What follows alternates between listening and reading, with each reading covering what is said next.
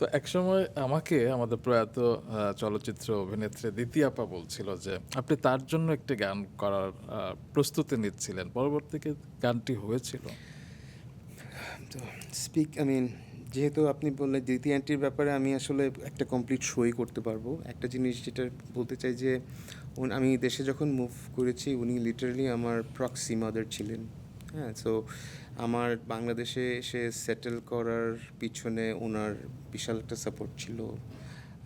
মানে আমার লিটারালি আমার বাসার জন্য গিয়ে প্লেট চামচ কেনা থেকে শুরু করে like she took me everywhere.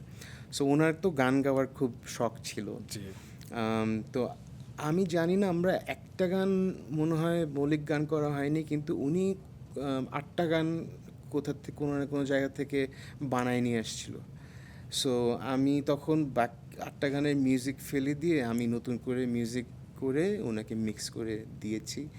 পরে ওটা কেন রিলিজ হয় নাই ওটা আসলে আমি জানি না। ওটা অনেক বছর মানে উনি নিজের গাড়িতেই মনে হয় শুনতেন, বা ইট ডিডন্ট রিয়েলি সেই গাড়িতে বোধহয় একবার আমি গানটা শুনেছিলাম আরকি। হতে, হ্যাঁ, হতে পারে, হতে পারে। বাহ!